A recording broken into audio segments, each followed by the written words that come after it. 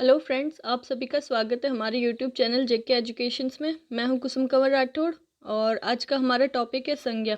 वैसे तो ये बहुत ही नॉर्मल सा टॉपिक है, हम लोग छोटी क्लास से ही इसको पढ़ते आ रहे हैं। बहुत ही इजी सा टॉपिक है, लेकिन फिर भी मैं आपको आज फिर से ये थोड़ा एक्सप्लेन कर देती हूँ क्योंकि कॉम्पिटिटिव एग्ज़ाम में संज्ञा बहुत ही इम्पॉर्टेंट है और नॉर्मली क्वेश्चंस आते हैं संज्ञा को पहचानने के लिए, जो कि काफ़ी स्टूडेंट्स उसमें कंफ्यूज हो जाते हैं। तो आज मैं आपको संज्ञा शॉर्ट में फिर से थोड़ा सा एक्सप्लेन कर दूंगी ताकि आपको एग्ज़ाम में प्रॉब्लम ना हो। तो चलिए आगे बढ़ते हैं। तो चलिए फ्रेंड्स, सबसे पहले हम शुरू करते हैं संज्ञा की परिभाषा यानी कि डेफिनेशन। संज्ञा की परिभाषा है किसी भी व्यक्ति, वस्तु, जाति, भाव या स्थान के नाम को ही संज्ञा कहते हैं। व्यक्ति के अंदर किसी भी इंसान का नाम आ जाता है, जैसे रमेश, सुरेश, गीता एक्सेट्रा एक्सेट्रा, ये सब व्यक्ति है, ठीक है। और वस्तु में कोई भी चीज़ आ जाती है, जैसे टेबल, कुर्सी, मेज, किताब, ये सब। और जाति में मनुष्य, लड़का, लड़की, जानवर, औरत, आदमी, कुछ भी जाति, ये जो कुल मिला एक टोटल ग्रुप होता है उसे बोलते हैं जाति। और भाववाचक में भाव, मन का कोई भी भाव होता है, जैसे बचपन, मिठास, बुढ़ापा, ये सब भाववाचक संज्ञा में आते हैं। और अगला है स्थान, किसी भी स्थान का नाम, जैसे कि आप नीचे देख सकते हैं अमेरिका, भारत, ये सारे के सारे स्थानों के नाम है। एग्जाम्पल में आप देखिए, जाति, मनुष्य एक जाति है, अमेरिका, भारत, ये सब स्थान है, बचपन, मिठास, ये सारे भाव हैं। और वस्तु आपको पता ही, अब कोई भी चीज़ ले लीजिए, ये सब की सब संज्ञा के अंदर आते हैं। ये सारे जो भी नाम हैं, इन सभी को ही संज्ञा कहते हैं। अब आप संज्ञा की परिभाषा को शॉर्ट में समझ गए कि किसी भी चीज़ का जो नाम होता है, किसी भी चीज़ को जो हम पुकारते हैं तो उसका नाम होता है, तो उसे ही संज्ञा कहा जाता है। तो संज्ञा के भेद, वैसे तो आपको नॉर्मली हर जगह पे 3 भेद सबसे ज़्यादा बताए जाते हैं, लेकिन मैं आपको आज संज्ञा के 5 भेदों को एक्सप्लेन करूँगी। संज्ञा के 5 भेद में सबसे पहला भेद है व्यक्तिवाचक, दूसरा है भाववाचक, तीसरा है जातिवाचक, चौथा द्रव्यवाचक और 5वां समूहवाचक या समुदायवाचक संज्ञा। अब हम इसे आगे एक्सप्लेन करेंगे, लेकिन आप एक बार इन सब के नाम पढ़ लीजिए।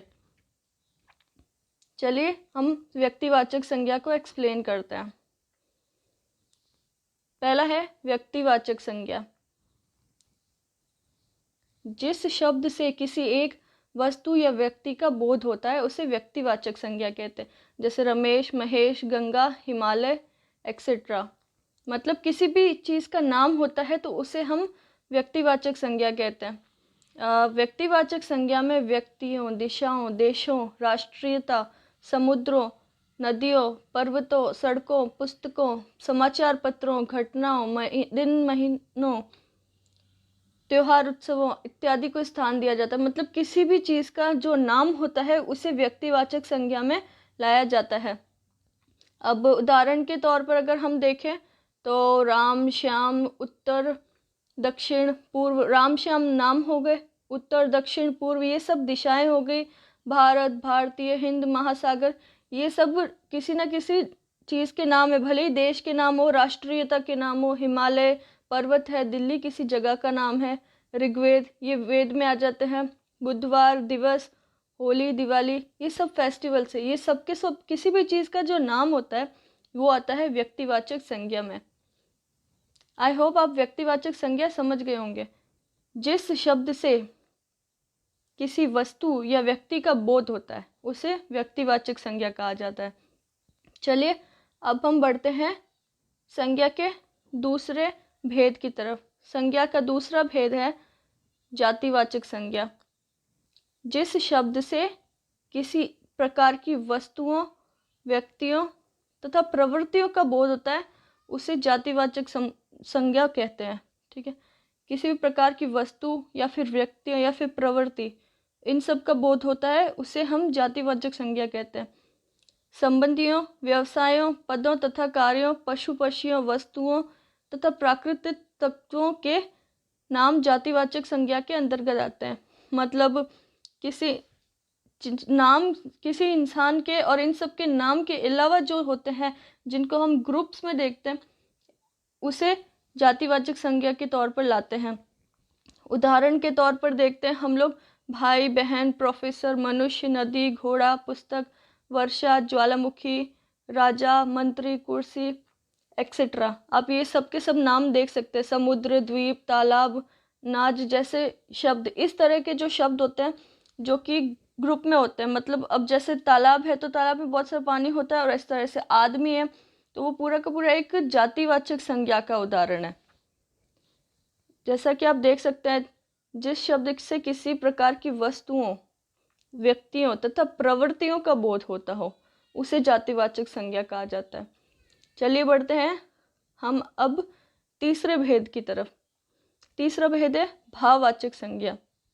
जिस शब्द से किसी व्यक्ति या वस्तु के गुण या धर्म या दशा तथा कार्य व्यापार का बोध होता है उसे भाववाचक संज्ञा कहा जाता है।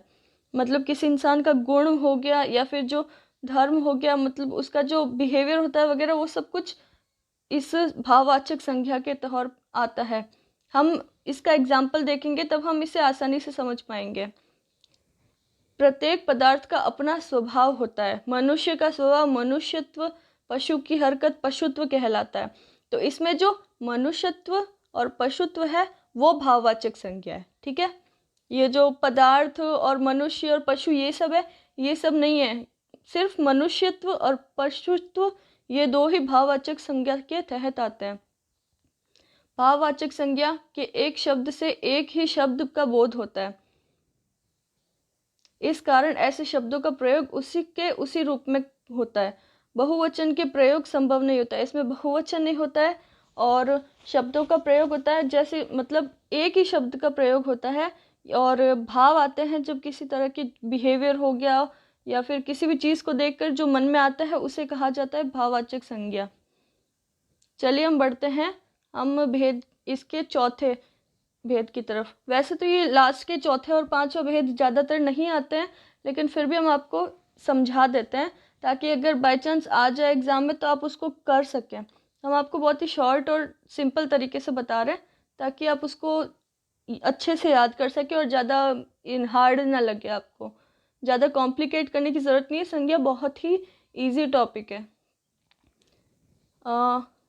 जिस शब्द से वस्तु अथवा व्यक्ति के समूह या बहुलता का बोध होता है उसे समूहवाचक संज्ञा कहते हैं। मतलब लोगों का जो समूह होता है, ग्रुप होता है, उसे हम, या फिर बहुत सारे लोग होते हैं, उसे हम समूहवाचक संज्ञा कहते हैं। ऐसे सभी, दाल, संघ, गुच्छा, कुंज इत्यादि शब्द समूहवाचक का बोध करवाते हैं। ठीक है, दाल हो गई तो अब दाल है तो दाल का एक अगर टुकड़ा, तो सिर्फ दाल का एक दाना तो होगा नहीं, पूरी दाल होगी साथ में, तो उसे समूहवाचक कहेंगे। गुच्छा हो गया किसी चीज़ का तो उसे भी समूहवाचक में आएंगे। संघ हो गया, संघ जो है वो लोगों का ग्रुप होगा तो उसे समूहवाचक संज्ञा के तौर पर यूज़ करेंगे। एग्जाम्पल के तौर पर मेला, भीड़, बाजार, प्रदर्शन, रैली, सेना, जुलूस, पार्टी, कुंज, धौध, जमावड़ा, सैलाब, यूथ, सेना, झुंड, गिरोह इत्यादि समूहवाचक के उदाहरण हैं। मतलब आप इन सभी संज्ञाओं के परिभाषा चाहे याद करें ना करें, लेकिन इनके एग्जाम्पल ज़रूर याद कर लीजिए ताकि अगर आप इनकी एग्जाम्पल वहाँ पे देखेंगे तो आपको पता चल जाएगा कि इससे रिलेटेड क्वेश्चन है तो वो कौन सी संज्ञा है। नॉर्मली इसी तरह के क्वेश्चन पूछे जाते हैं कि एक वर्ड दे दिया जाएगा और आप, या फिर एक लाइन दे दी जाएगी और आपको पूछा जाएगा कि ये कौन सी संज्ञा है। आप समूहवाचक संज्ञा समझ गए होंगे। जब शब्द से वस्तु, जिस शब्द से वस्तु अथवा व्यक्ति के समूह या बहुलता का बोध, जो बहुत सारे लोग होते हैं या फिर एक पूरा समूह होता है तो उसे समूहवाचक संज्ञा कहते हैं। अब हम बढ़ेंगे संज्ञा के लास्ट वाले भेद की तरफ। संज्ञा का लास्ट भेद है द्रव्यवाचक। द्रव्यवाचक संज्ञा में जिस शब्द से धातु, द्रव, ऐसी वस्तुएं जिसे नापा तोला जा सके उसे द्रव्यवाचक संज्ञा कहते हैं। ठीक है, जो चीज़ें होती जिसे हम नाप सकते हैं या फिर तोल सकते हैं उसे द्रव्यवाचक संज्ञा कहते हैं। वैसे तो द्रव्यवाचक संज्ञा के भी दो भेद होते हैं, लेकिन हम आपको यहाँ पे बहुत ही शॉर्ट में बताएंगे क्योंकि इतना सब एग्जाम में नहीं पूछा जाता। एग्जाम में सिर्फ और सिर्फ भेद पूछे जाएंगे, उन भेदों के भेद शायद ही पूछे जाए, तो हम आपको बहुत ही नॉर्मल तरीके से बता रहे हैं। तो धातु, द्रव तथा ऐसी वस्तुएं जिसे नापा या तोला जा सकता है। ठीक है, उदाहरण के तौर पर दूध, दही, सोना, लोहा, तांबा, तेजाब, शराब, दूध, घी, दही, ये सब के सब द्रव्यवाचक संज्ञा के उदाहरण हैं। ठीक है, जिस भी चीज़ को हम नाप सकते हैं या फिर तोल सकते हैं, भले हम उसे नंबर्स में काउंट करें या फिर उसकी कोई ना कोई यूनिट से काउंट करें, लेकिन उसे हम तोल सकते हैं या फिर नाप सकते हैं, तो उसे द्रव्यवाचक संज्ञा में आते हैं। आपको हमने आज संज्ञा बहुत ही ईजी वे में समझाई है, एक्सप्लेन कर दिए, ताकि आप एक बार मतलब लास्ट में रिवीजन कर सके। इतना शॉर्ट में हमने आपको बता दिया है। तो अगर आपको हमारा वीडियो पसंद आए तो प्लीज़ हमारे वीडियो को लाइक कीजिए और शेयर कीजिए, ताकि और भी लोग पढ़ सकें। Thank you.